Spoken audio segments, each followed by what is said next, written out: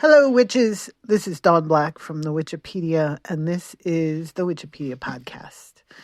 I do try to keep the Wikipedia as politically neutral as possible, as it is supposed to be an encyclopedic resource, not a guide for living.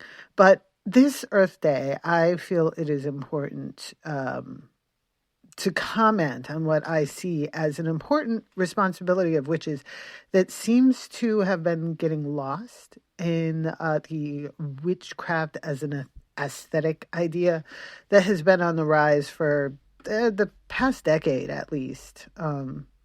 So do bear with me as I rant in honor of Earth Day. Witches heal the earth.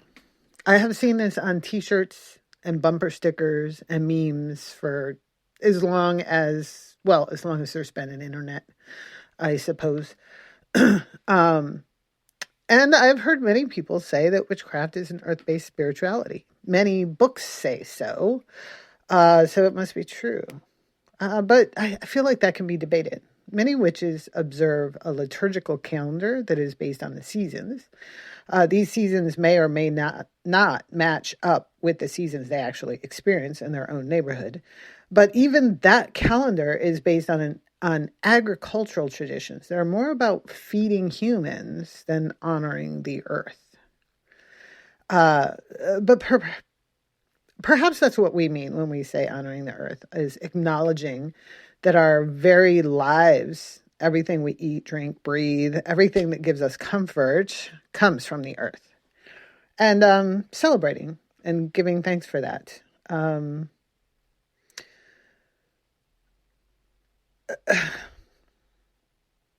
Witches do celebrate. They do celebrate the earth and the seasons changing. But I've been to many witchcraft gatherings that featured obscenely large bonfires fueled by pallets and all manner of things being thrown into them while drinking out of plastic cups and eating off plastic plates, which also often got thrown into the fire. Sometimes these events ended with a giant mess of garbage floating around a park. And these always made me feel less than spiritual. In fact, I have at times just been embarrassed that I had been involved with this mess. It's not earth-friendly. It is not a reflection of an earth-based spirituality. And neither is this witchcraft as a collection of stuff idea. The fact is, right now, the earth is not in peril. The earth's ability to support us in the manner in which we have become accustomed is in peril. We as humans, however grateful we are for the gifts of the earth, have taken more than our fair share, and the earth simply cannot keep up with the demand. Most of this is done in the name of convenience, efficiency, and money, dare I say, capitalism. These things aren't just harming the earth's ability to sustain us, it's harming our relationships with each other. Convenience means less reliance on other people, and so less interaction. Capitalism turns humans into machines of industry, encouraging us to drive far away from our own home neighborhoods to work for people who in many cases do not even know our names. We don't know our neighbors because we spend most of our day far away from them. And we don't know our coworkers because they go home to places far away from where we interact with them. We don't know our employers because they, in many cases, don't even consider us humans. We're simply cogs in their money-making machine. I told you it was going to be a rant. We have been taught to mind our own business and look out for our own. And that makes us selfish. It makes us wonder why we should pay for schools our kids don't go to or health care for someone else. It makes us blame homeless people because they can't find housing and sneer at fast food workers who want to be able to afford an apartment on a full-time wage. It takes away our sympathy and our empathy. But we're witches. I mean, empathy is like what we do, isn't it? Witches have historically served local communities. We come from the poorest of the poor and stood as the one person anyone could go to after everyone else turned them away, spat on them, shat on them. You could go to your local witch. Witches were the last resort. Maybe sometimes people chose witches first, but after all of your other options were gone, there was still the witch. Witches provided hope to the hopeless. Witchcraft was, and still should be, the power of the powerless. Our power came from our families, our knowledge of our own communities, our needs, strengths, weaknesses. The needs, strengths, and weaknesses of our local communities and the people in them, the plants and the other natural resources we had at hand. And I'm going to generalize here. When I talk about witchcraft, I'm going to talk about all of these folk magic traditions, which at the risk of being discounted, I'm going to include things like slave traditions, like hoodoo and voodoo. These are all religious traditions and magical traditions that gave power to the powerless and based the power coming from our families, our local communities, our local environment. We gain power not from the entire earth, but from the local land, the witch steading, if you will. Our community, our people. This was, it was to this, traditionally witches were responsible. Not the world, but the world was so much bigger then that nobody would dream of trying to change the whole world when they had enough problems in their own communities. And I know that I just said, that it's disgusting that we have been taught to be so selfish and only focus on our own. But focusing on our own communities isn't the same as minding your own business.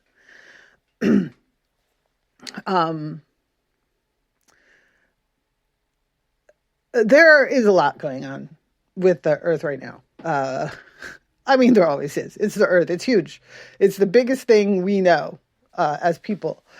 We have greenhouse gases, chemical pollution, plastic everywhere, and it is all affecting our society and our environment. Much of it is beyond our individual control, and really no one person is going to have a significant effect by themselves. That is a fact. It is overwhelming.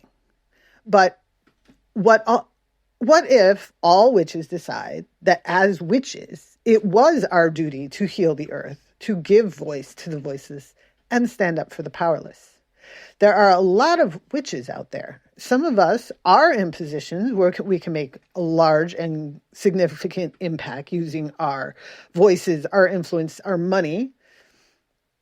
But most of us are not. And we do not all need to be global. Witches are traditionally locally focused. Your environment, your neighborhood, your witch steading. Your little piece of earth and the people and plants and animals on it is within your control. Embrace it and know that even a small difference is a difference. A brief search of the internet shows that there are lots of resources for spells and rituals you can do to heal the earth. And periodically, a bunch of witches do get together and raise energy for a purpose across the world. And it's going to be powerful. I want you to do what feels right to you according to your tradition. There are so many different versions, of variations of earth healing rituals and spells that I could be here all week talking about it. Neither one of us has that kind of time. They are all good. If they sound silly to you, find a different one. That one's fine for somebody. Find another one for you, okay? Join your voice to the voices of our earth-loving siblings in whatever form that voice gives, if you are called to do so. But I'm not going to discuss specific rituals. Instead, I'm going to talk to you about how you can practice your witchcraft in a way that is a little more earth-friendly, and some simple steps that you can do to heal your own little corner of the earth. First, we're going to talk about transportation. According to the EPA, 27% of greenhouse gas emissions are the result of transportation-related activities, mostly through the burning of fossil fuels. Now, this is simple, everyday life choices. Not everyone has the choice about how you get to work each day. I live in the middle of a rural America, so, anywhere we drive is a long drive. So we pick and choose. A commute to work is long because work is far away. But since we're going to be out in the car anyway, we make a bunch of stops on the way back, do some shopping. Don't do a lot of running out on the weekends. If you do have a bus route, you can use it. And that is a wonderful opportunity to get to know people in your neighborhood, to see who's in your community. If you can carpool, do that. Another wonderful opportunity to get to know some neighbors. Or walk or ride your bike. Stop in at your local coffee shop on the way. Get to know your people. This is your witch setting. Now, I have, again, with transportation, we don't have a choice but to take a car. We don't have public transportation, but we get to know our setting in other ways. We talk to people over the fence. We hang out here mostly. We don't go out for entertainment much because everything's so far away. We spend so much time in the car. Gas is expensive. So we take lots of walks. The neighbors take lots of walks. We talk to people over the fence. People's dogs bark at us. They come out and they yell at their dogs and they say hi to us, So these are all ways to get to know your setting. Just move around it. Embrace it. This part of the earth is yours. And that's the part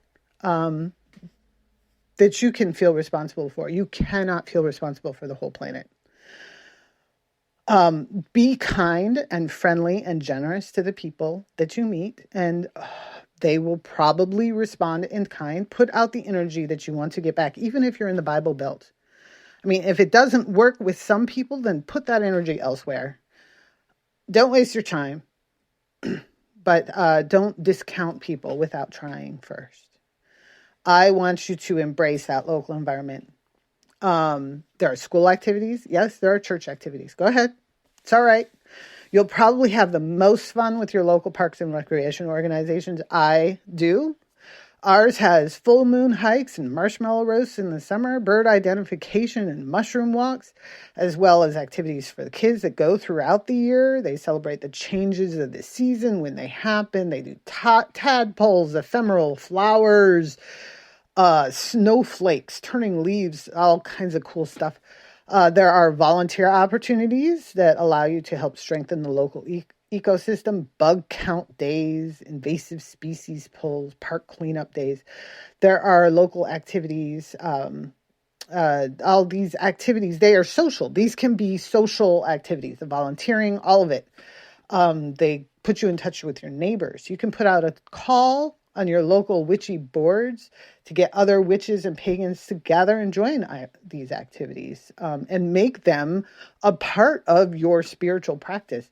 Our local Druid organization holds the river sacred, and they worked with their Watershed Preservation Society to do river cleanup days and bug counts, and they did them every year for years.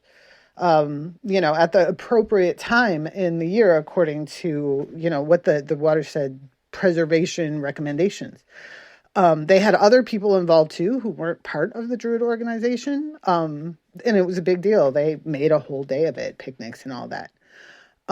Get to know your steading by learning about the people, the animals, the plants, the cycles that already exist there. Sometimes I feel, and I've ranted about this before, but I feel like following the traditional wheel of the year that is based on the agricultural cycle of a completely different place really discourages people from following their own local cycles, which I feel spiritually are much more important. You should get to know your own. Don't be afraid to make up your own local wheel of the year. That is perfectly acceptable witchcraft. If you are heading out to a public gathering or a convention, like a pagan or witchcraft gathering, double up your efforts to find someone to carpool with. This is an intentional and symbolic act of healing the earth by reducing emissions.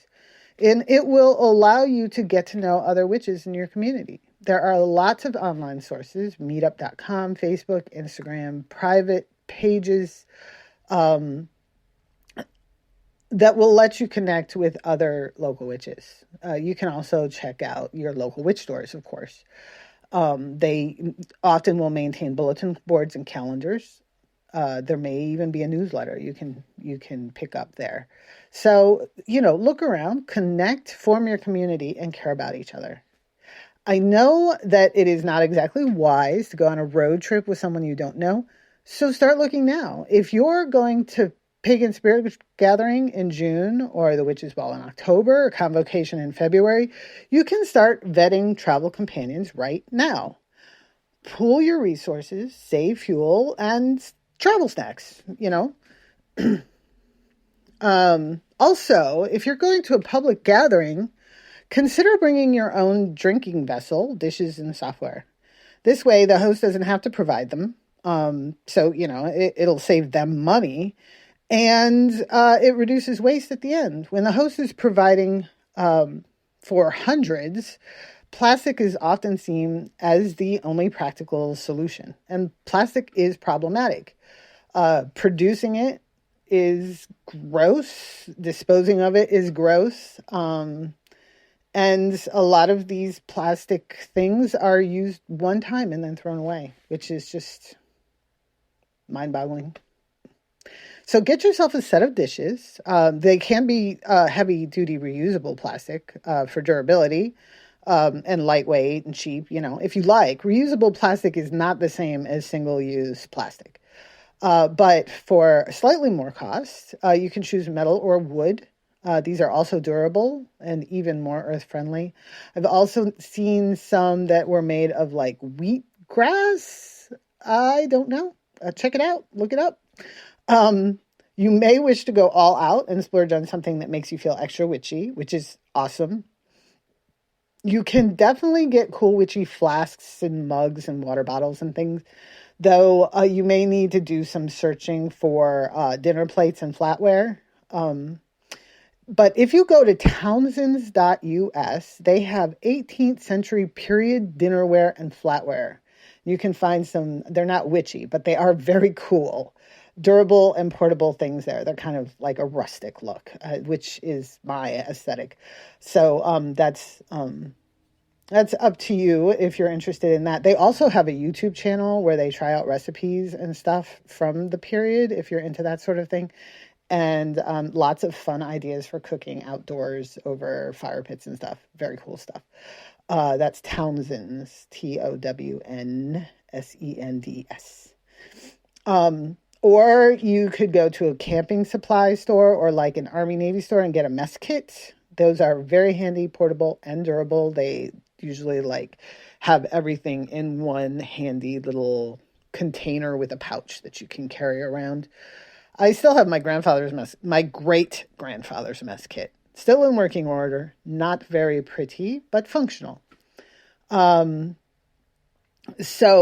those are definitely something that will make a big difference if you go around to a lot of things.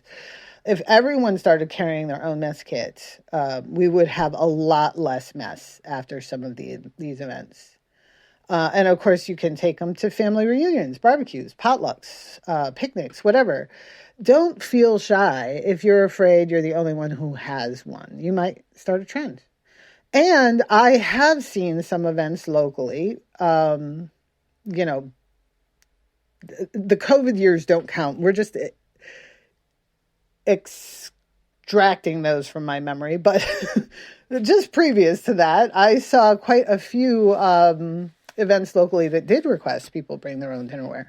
Unfortunately, many of these still ended up being plasticware that got thrown away. But let's just denormalize that one at a time. If we can do that, if, you and I start bringing our own stuff, other people might too, and we can just denormalize this garbage. It is, and cloth napkins.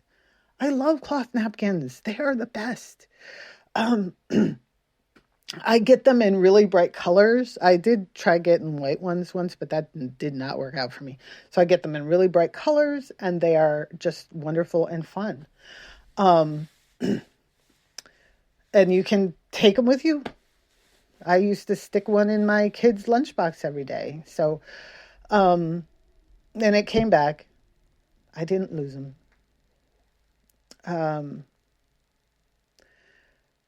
The making of stuff and the throwing away of stuff is also a huge environmental issue. 24%, according to the EPA, of greenhouse gas emissions comes from industry, which is largely the making of stuff and the stuff that's used to make stuff. And a lot of this stuff just ends up getting thrown away, or it's in landfills, it's alongside our roads, it's in our waterways and oceans. And we need to use less stuff. If we use less stuff, we reuse things, we will not have so much garbage, and we'll need to make less stuff. Unfortunately, witchcraft has become a market of stuff. All this stuff that comes wrapped in plastic and paper and has to be shipped, which uses fossil fuels. But witchcraft isn't even about stuff. You don't need stuff for spells. For me, I like a source of fire. A candle is nice. But a little fire made of twigs is fine. Some nice smelling herbs in there is even fancier. But I can get all that in my yard. A container is nice, but just about anything will do. Everything I buy comes in a container. Many of these can be washed and reused. My husband teasingly comments on the fact that when given a choice, I will choose the item that comes in the coolest jar. Unless, of course, it costs me a whole lot more, or is just really not as good. But if it costs just a little bit more, I will still pay for it. That's me. You do you. You also might need paper. Ask for paper at the grocery store and use some scissors to cut that paper bag into the right shape. That is the best spell paper ever, in my opinion. It's nice and sturdy, it rolls up nice, and it burns lovely. So, yes, paper bags are the best. And you have spent no money, and you're just reusing stuff that you would have thrown away anyway. Most of my spells these days, though, don't even take up that much stuff. I usually do it in my head. But again, that's just me. I do like my herbs. I am plant obsessed, so I like my herbs. Herbs need to be grown, which takes land. Crystals need to be mined, which also takes up land. How many crystals do you need? I know. You need all the crystals. I know. But you don't really. And you'll be happier in the long run if you carefully choose crystals rather than buying a ton online and sorting through them later. Crystals are available locally. You can show up at crystal shops with your own container and pick out your crystals in person rather than ordering them sight unseen. You can talk to the proprietor of the shop who can give you a positive ID of your chosen crystal before you buy it. Crystal shops are not just for witches. There are lots of people who like crystals and stones and things. Look for shops for rock hounds that cater to rock hounds. You can also, if you have a local natural history museum, they often have crystals as well. And you know what? Do not discount cool rocks that you find when you're out and about. I have a ton of these rocks that I've picked up when I was out and about that I use for magic, that I just like picked it up and it felt like something, and that was my rock for that. I have all kinds of cool crystals that are shiny and pretty, but these rocks that I have collected out and about on the side of the road, in the garden while I'm digging or while I'm walking alongside the lake, those are the ones I reach for first. So do not discount those rocks that you just find. And herbs. Some new witches think that they need a full complement of herbs in order to start working with herbs, but this is not true. What you'll get when you order this herbal starter kit, whatever, is a whole bunch of plastic baggies full of plant matter. Then you'll probably use 2 or 3 of them. The rest will just sit there until they have run out of smell and are no good to anybody. Get your materials as you need them. If you can get them locally, do that. Go on your local witchcraft groups online or stop by your local witchcraft store, occult shops, and seek out people who grow herbs near you. Some of them might be willing to give you stuff for free. I give away stuff for free all the time. Some occult shops sell herbs in bulk, so you can just show up with your jar and have, them weigh it out and fill up your jar for you. You can also find herbs at like candle and soap making shops. And some of them you can just get at the grocery store if you're comfortable with that. Then you don't have to worry about packaging. Just bring your jar, Growing your own herbs is also a great idea. This helps you really get to know your plant allies so much better.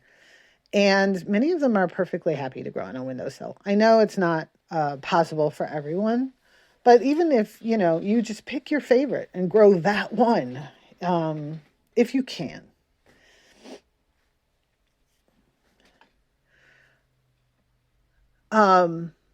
General magic tools. And you know what? Every witch wants something that makes them feel fabulously witchy when they hold it or wear it. And that's fine. I'm not saying that you shouldn't collect cool stuff. Absolutely. It's the packaging a lot of times that concerns me. They so often come in plastic baggies wrapped in bubble wrap. I cannot put those things in my recycling pickup. And what am I ever going to use them for again? Well, actually, I sometimes use them to cover my seed starts in the spring, but really, most people don't do that. If I order something and it comes packaged in something I can reuse or recycle easily, I am much more likely to order from that company again. If I order something and it comes buried in a box full of styrofoam peanuts, I am never ordering from that company again. Blacklisted. Done. There are so many better options than styrofoam peanuts. They just get everywhere. You might as well send me a glitter bomb. I hate them so much. And you can't recycle them. All you can do is throw them out. They're awful. And the chickens are, no. Back on topic. We as individuals cannot save the planet one at a time. But the people who make money off of us, from us buying things from them, they have more power than we do. We put the witch dollar into sustainable packaging, sustainable production models, it will make a difference. We should be especially strict with those people who are selling their products directly to us. I mean, you're going to market to witches and then you're going to send me a giant box full of styrofoam peanuts. I'm sorry. Oh my God, styrofoam. We cannot individually heal the entire earth. But I propose that by turning in, looking at your local settings, reaching out to your local communities, paying attention to who you buy from, we can make a difference one at a time. If all of us do this, we can have a strong, more resilient communities with stronger local ecosystems. They will be like pockets of healthier spots throughout the world that will expand.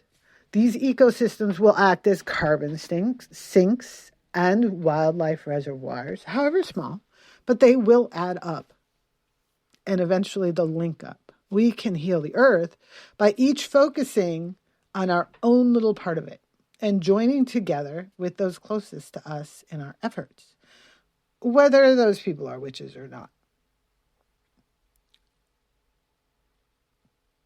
I feel like it's part of being a witch.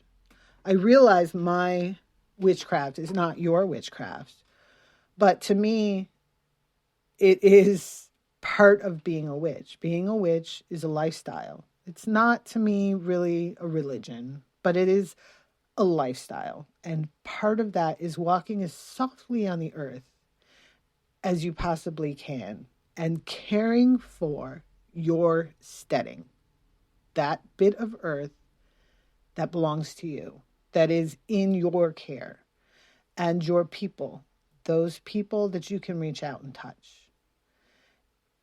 And I think if we all do that, instead of ignoring that which is right in front of us, it will eventually spread. And of course, we should work together.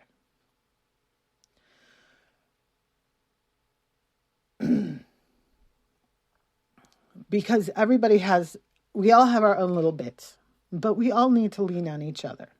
I have things other people don't, and I'm happy to share. And other people have things I don't, and I hope they're happy to share with me as well.